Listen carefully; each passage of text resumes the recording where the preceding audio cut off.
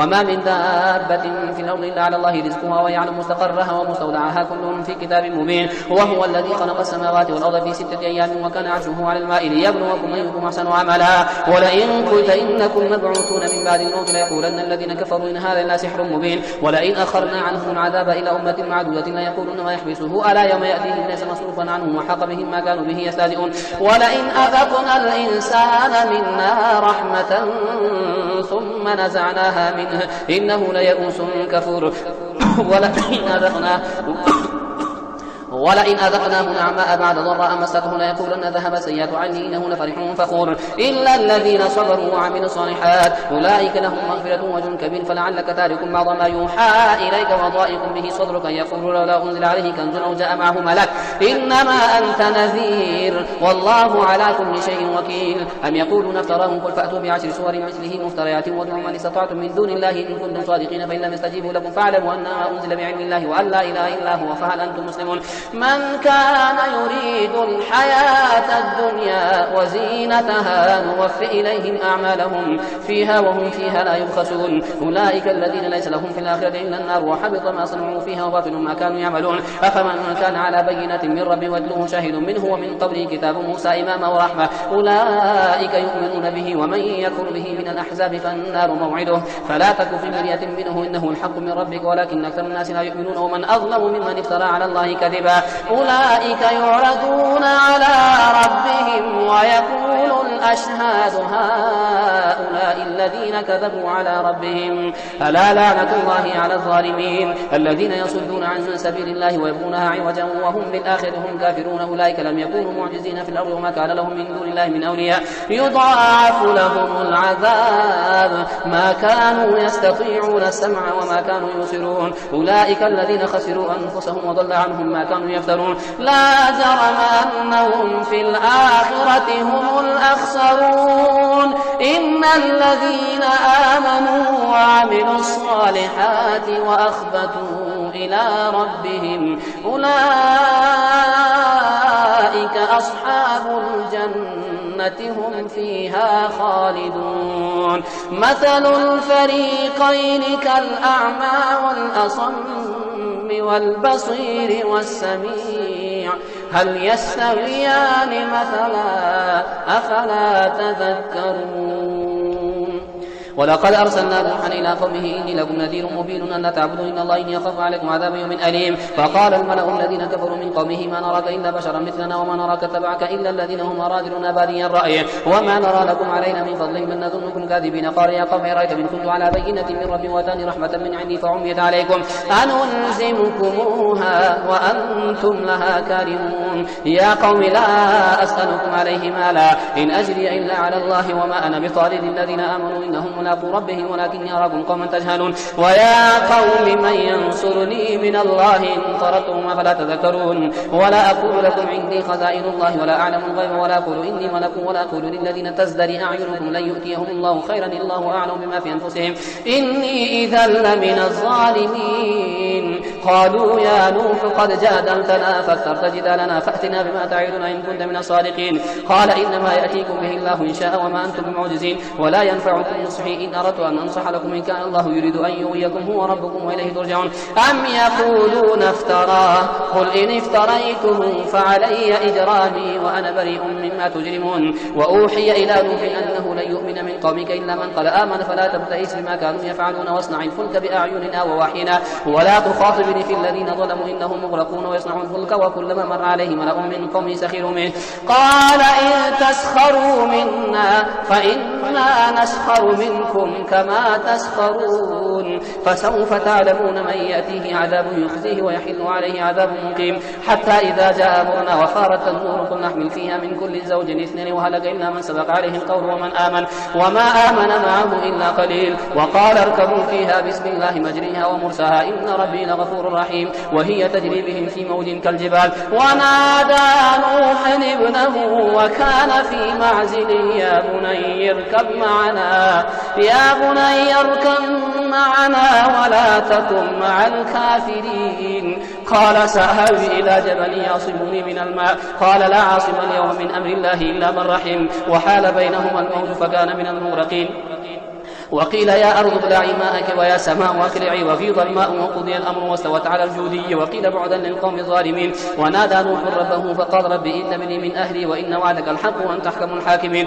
قال يا نوح إنه ليس من أهلك إنه عمل غير صالح فلا تسأل لما ليس لك به علم إني أعظك أن تكون من الجاهلين. قال رب إني أعوذ بك أن أسألك ما ليس لي به علم وإلا تغفر لي وترحمني أكن من الخاسرين. قيل يا نوح اهبط بسلام منا وبركات عليك وعلى أمم ممن معك وأمم سنمتعهم ثم يمسهم منا عذاب أليم. تلك من أنباء الغيب نوحيها إليك ما كنت تعلمها أنت ولا قومك من قبل هذا فاصبر إن العاقبة للمتقين.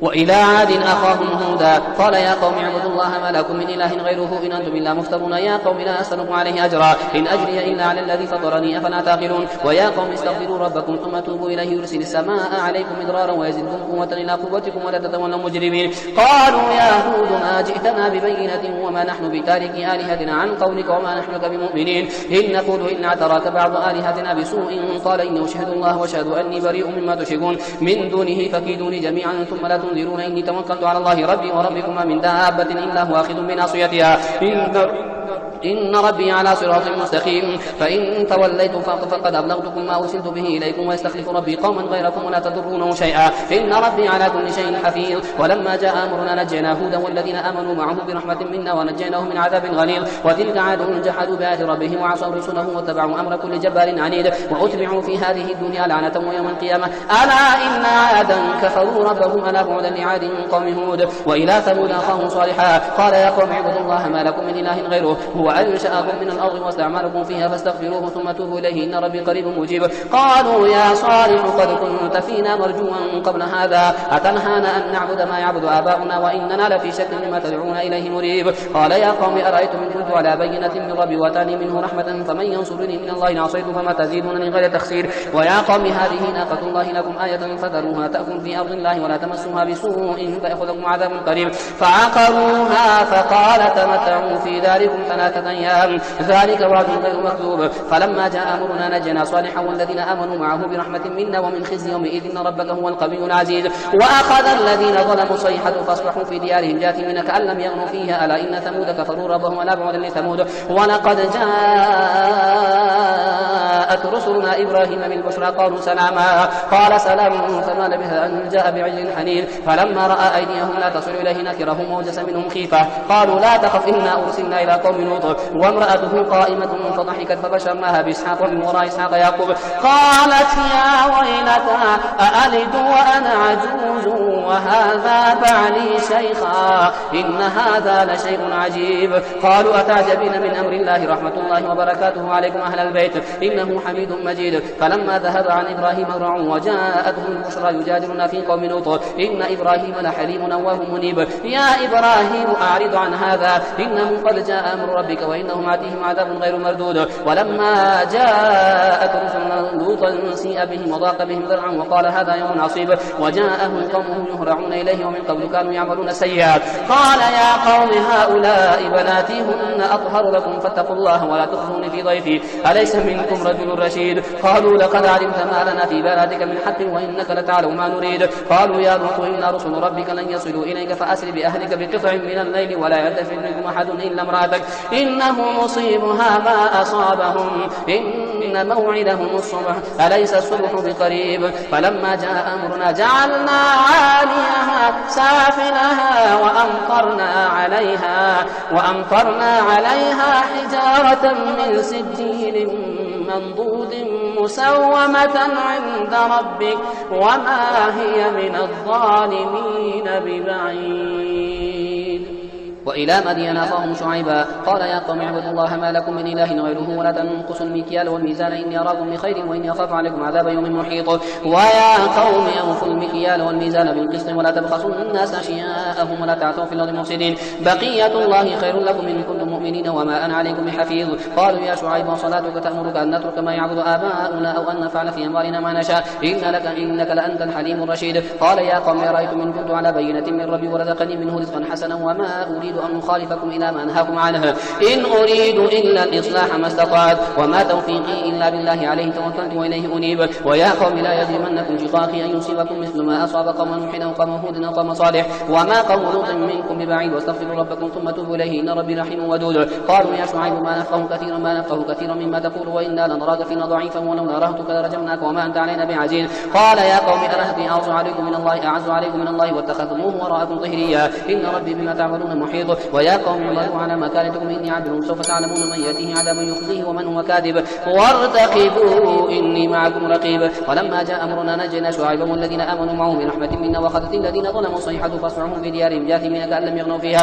ألا بعدا لمدين كما بعدت ثمود ولقد أرسلنا موسى بآياتنا وسلطان مبين إلى فرعون وملئه فاتبعوا أمر فرعون وما أمر فرعون برشيد يقدم قومه يوم القيامة فوردهم النار وبئس الورد المورود واتبعوا في هذه لعنة ويوم القيامة بئس الرفد المرفود ذلك من أنباء القرى نقصه عليك منها قائم وحصيد وما ظلمناهم ولكن ظلموا أنفسهم فما أغنت عنهم آلهتهم التي يدعون من دون الله من شيء لما جاء أمر ربك وما زادوهم غير تتبيب وكذلك أخذ ربك إذا أخذ القرى وهي ظالمة إن أخذ وليم شديد إن في ذلك لآية لمن خاف عذاب الآخرة ذلك يوم مجموع له الناس وذلك يوم مشهود وما نؤخره إلا لأجل معدود يوم يأتي لا تكلم نفس إلا بإذنه فمنهم شقي وسعيد فأما الذين شقوا ففي النار لهم فيها زفير وشهيق خالدين فيها ما دامت السماوات والأرض إنما شاء ربك إن ربك فعال لما يريد وأما الذين سعدوا ففي الجنة خالدين فيها ما دامت السماوات والأرض إنما شاء ربك عطاء غير مجدود فلا تك في مرية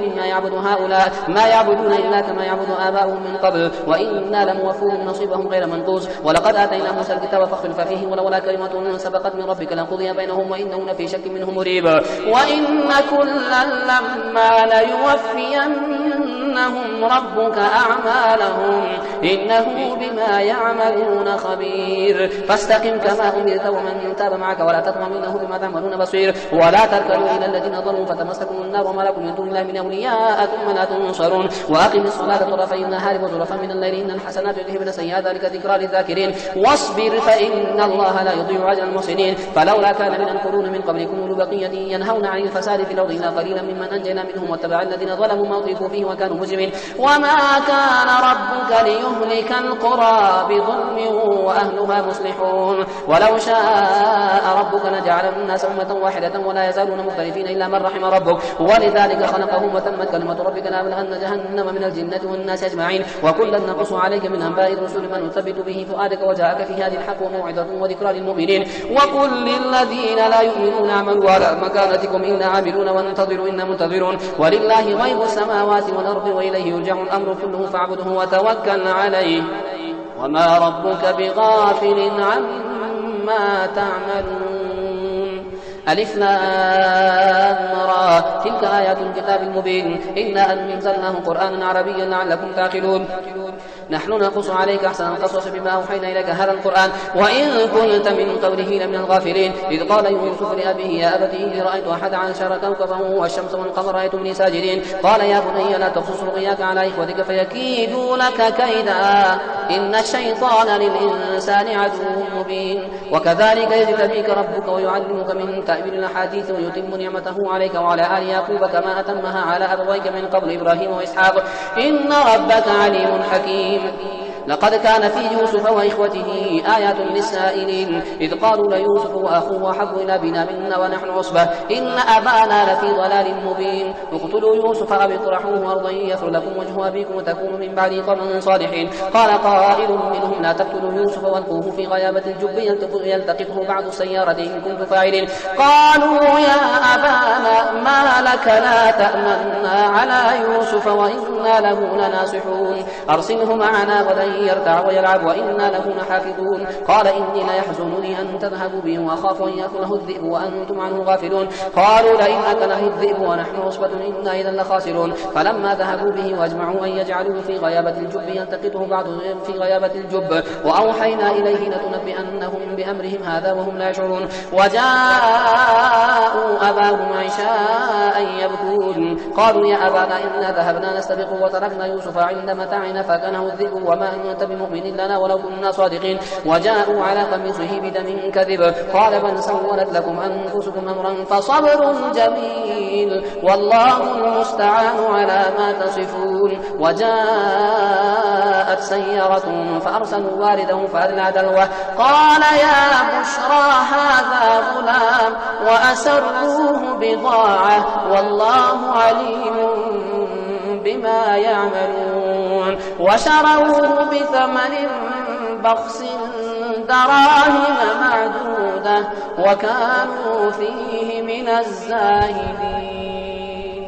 وقال الذي اشتراه من مصر لامرأته أكرمي مثواه عسى أن ينفعنا أو نتخذه ولدا وكذلك مكنا ليوسف في الأرض ولنعلمه من تأويل الحديث والله غالب على أمره ولكن أكثر الناس لا يعلمون. ولما بلغ أشده آتيناه حكما وعلما وكذلك نزل المحسنين. وراودته التي هو في بيتها عن نفسه وغلقت الأبواب وقالت هيت لك قال معاذ الله إنه ربي أحسن مثواي إنه لا يفلح الظالمون. ولقد همت به وهم بها لولا أن رأى برهان ربه كذلك لنصرف عنه السوء والفحشاء إنه من عبادنا المخلصين. واستبق الباب وقدت خميصه من دبر وألف يا سيدها لدى الباب قالت ما جزاء من أراد بأهلك سوءا إلا أن يسجن أو عذاب أليم قال هي راودتني عن نفسي وشهد شاهد من أهلها إن كان قميصه قد من قبل فصدقت وهو من الكاذبين وإن كان قميصه قد من دبر فكذبت وهو من الصادقين. فلما رأى قميصه قد من دبر قال إنه من كيدكن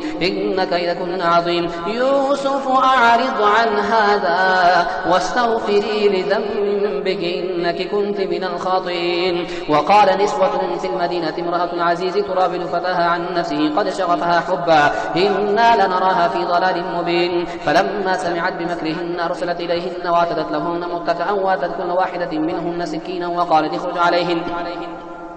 فلما رأينه أكبرنه وقطعن أيديهن وقلن حاش لله ما هذا بشرا إن هذا إلا ملك كريم. قالت فذلكن الذي لمتنني فيه ولقد راودته عن نفسه فاستعصم ولئن لم يفعل ما آمره ليسجنن وليكون من الصاغرين. قال رب السجن أحب إلي مما يدعونني إليه وإلا تصرف عني كيدهن أصب إليهن وأكن من الجاهلين. فاستجاب له ربه فصرف عنه كيدهن إنه هو السميع العليم. ثم بدا لهم من بعد ما رأوا الآيات ليسجننه حتى حين. ودخل معه السجن فتيان قال أحدهما إني أراني أعصر خمرا وقال الآخر إني أراني أحمل فوق رأسي خبزا تأكل الطير منه نبئنا بتأويله إنا نراك من المحسنين. قال لا يأتيكما طعام ترزقانه إلا نبأتكما بتأويله قبل أن يأتيكما ذلكما مما علمني ربي إني تركت ملة قوم لا يؤمنون بالله وهم بالآخرة هم كافرون